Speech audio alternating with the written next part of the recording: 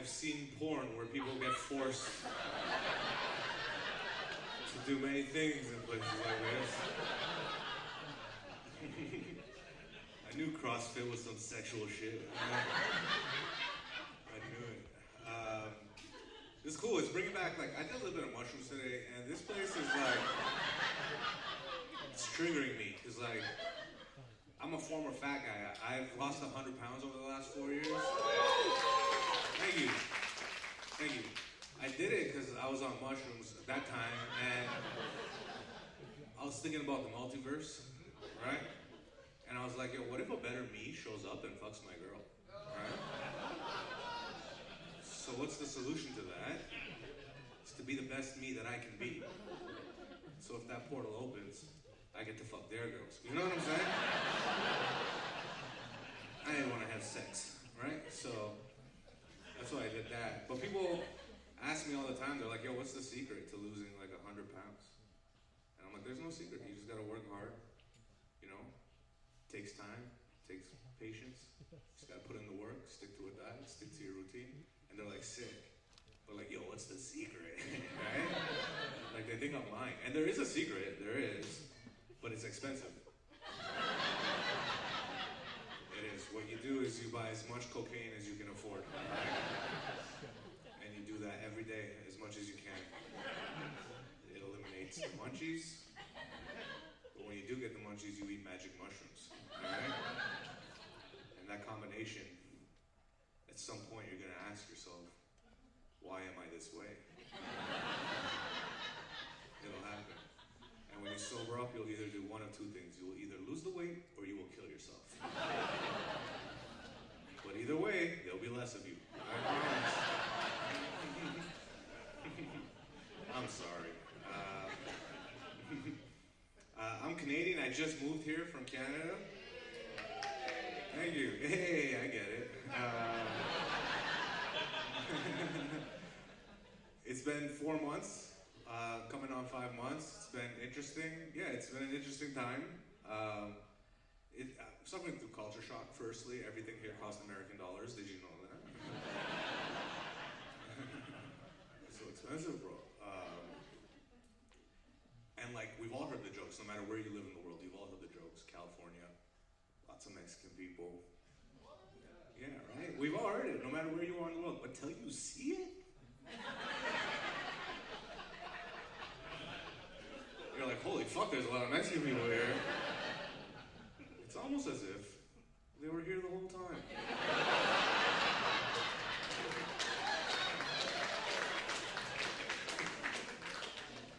There's no way that many of them cross the border. That's insane. I think over time, the border has just moved, right? I'm just saying, San Diego wasn't a white guy.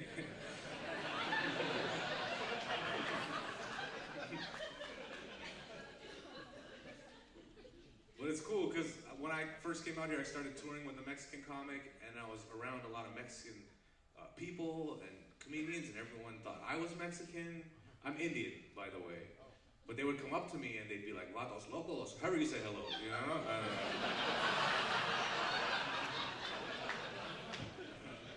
I'd be like, "Hola."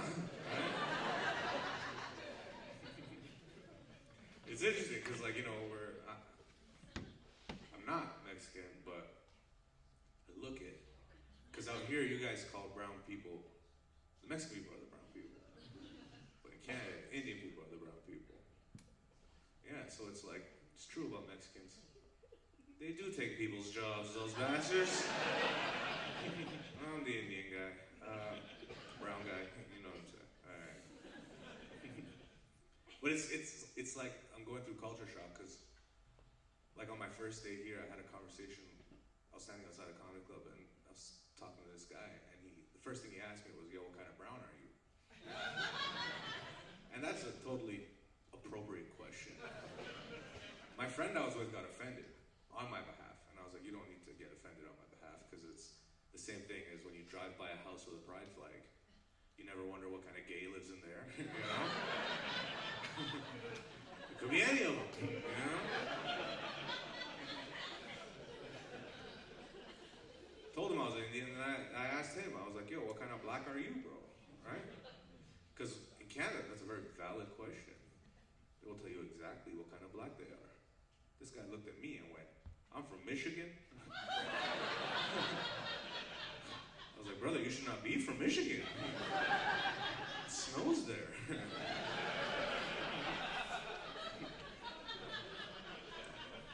But that was me being ignorant because I forgot your history and shit. You know? But we live in a world where you gotta be so like tiptoe around everything because everyone's so offended to say anything. Like I was in a place called El Segundo. I love what you call places here. It's so sick. El Segundo sounds like how Pauly Shore says yes to stuff. El Segundo.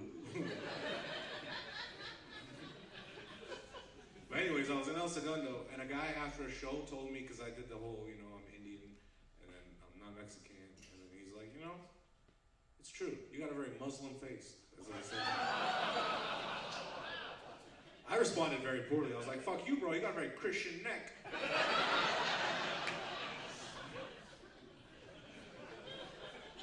But I was being a little bitch. Because in reality, I have a very Muslim face. I just didn't like the way he said it to me. The lighting we were in. You don't tell me, I tell you, brother. But in that moment, it hit me. I'm like, it's not just me that's the little bitch. Every single one of us is a little bitch. All of you. Even this detective right here.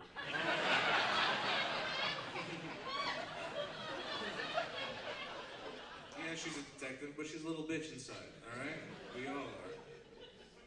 Because we're afraid to say shit to people. Like if you were to meet a Chinese person, right? And you were like, hey, are you Chinese? And they're like, how did you know? You gotta be like, I don't know. Your vibe. It's the eyes. But you can't say that. Or you're racist, right?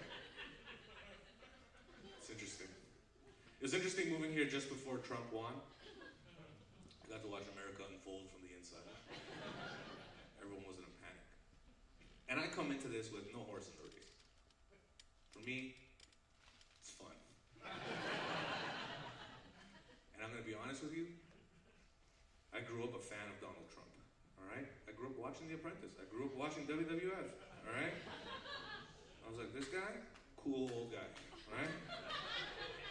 And then I would tell Americans I like Donald Trump, and they look at me like I told them I want to jerk off Adolf Hitler.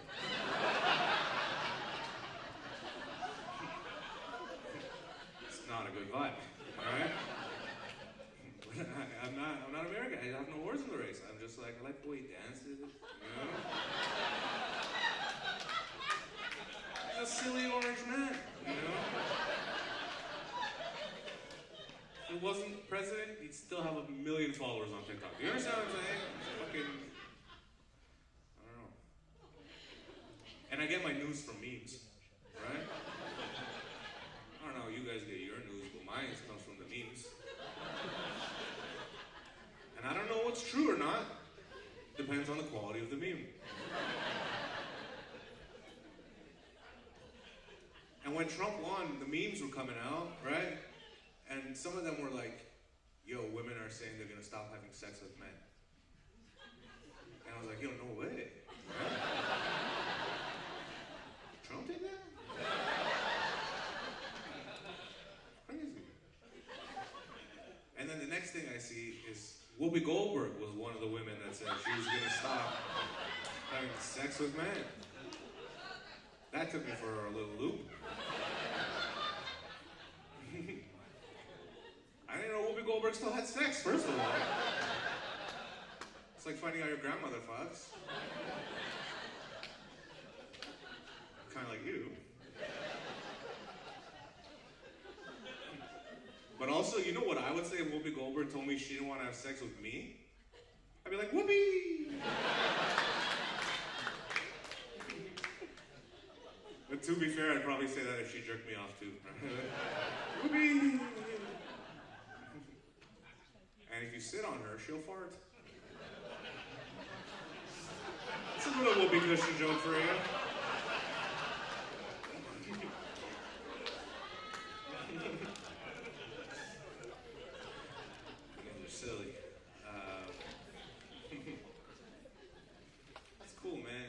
suffered, just before I moved out here, I suffered a severe back injury, and I'm finally starting to recover. But when it happened, I couldn't move. I was on so many Percocets, and I couldn't stop but reflect on my life. And I was like, I think that I really hurt my back because of karma. The reason this is happening is for all the times I've parked in a handicapped parking spot. All I could think was, thank God I never parked in a pregnant woman's spot. Right? You guys don't like that one. All right. What does that mean? All right. I don't know. You guys have jobs and shit. You guys work. People look at me like I'm asking a stupid question. I've done enough mushrooms to know that none of us should have jobs, alright? I'm at work right now, living my fucking dreams. Do I want to be here? Not really.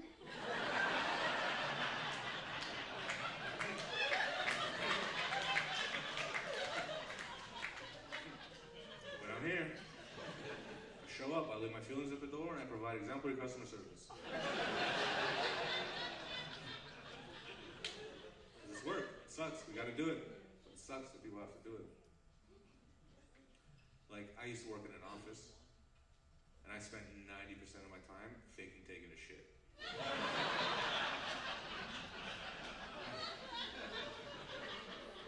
Because working in an office is the worst. You get there early, your shirt's tucked into your pants. Fucking 7 in the morning, you look across at somebody you absolutely hate, and you're like, morning? Shoot me in the face, bro. I spent all my time faking taking a shit. To the point where I would bring an extra pair of shoes to shit with, so you could never match the shit shoes and the office shoes.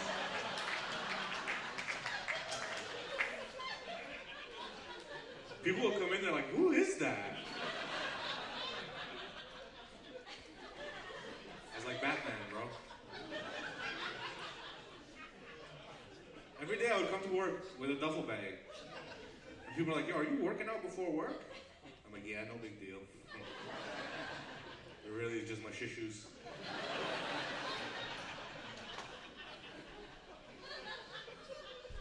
And I bought those specifically to shit with, you know what I'm saying? I did, I walked in a Foot Locker and I was like, yo, my guy, what's a good shoe for sitting down? What the guy said to me blew my mind. He's like, yo, bro, literally any shoe. I was like, holy shit. That's so profound. Because I never thought of it like that. And it makes perfect sense. That's why people in wheelchairs always have the freshest shoes, right?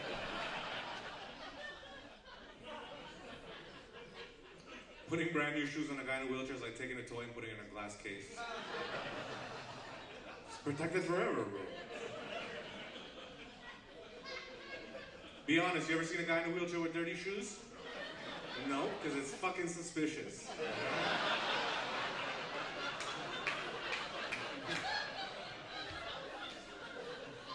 What's going on here? Old shoes or a new chair?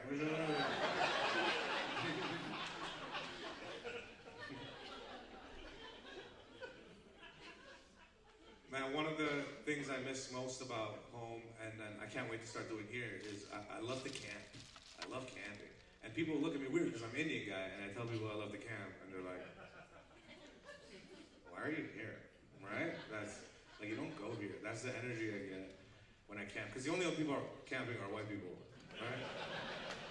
And I'm not trying to talk shit about white people. I like white people. I love white people. I perform comedy all over North America. I very much enjoy white people. There's just a different energy in the woods. That's all I'm trying to say. They look at me like, what the fuck's the Circle K guy doing all the way out here?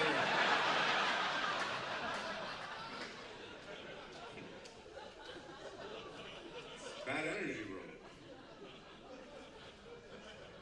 They're always looking at me like, what's in the backpack, huh? What's in that? I'm like, it looks exactly like your backpack. It's the same. Then I blow them up, right?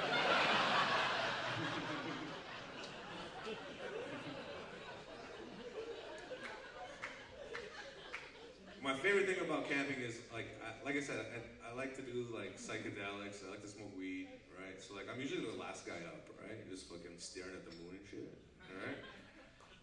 And like I was paying attention to the birds. Anybody pay attention to the birds? Those fuckers are getting up earlier. They're waking up at like 1:30 a.m. That's so early, bro. When I grew up, they were waking up at 5. That's how you knew you were home late. Fucking the birds were up. Now they're getting up at 1:30. I'm not the bird police. I can give a fuck what time the birds get up. But I'm on mushrooms. I'm staring at the moon. I'm a little concerned. You understand? So I Googled it because we live in an age where you can just know something. You want to know right now? You can just know it. Which is sick. This is the coolest time to be alive. But also kind of makes me miss the 90s, because in the 90s, if you had a thought and you didn't know, you just fucking moved on with your life, right? You were like, this thought, not for me. And then you just existed, right? And now you just know shit. You just know. So I'm all high and I'm like, what's up with the birds? So I Googled it. I was like, yo, Google, what's up with these birds? Right? I didn't say it like that. I opened up ChatGPT and I was like, yo, ChatGPT, what's up with these birds? Say it better. Right?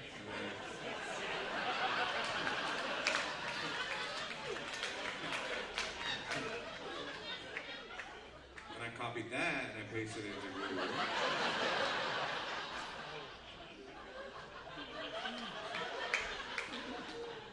And Google said there's something interesting happening, alright? Said the birds are getting up earlier. And it's happening because the climate is changing, the poles are shifting, so birds are migrating.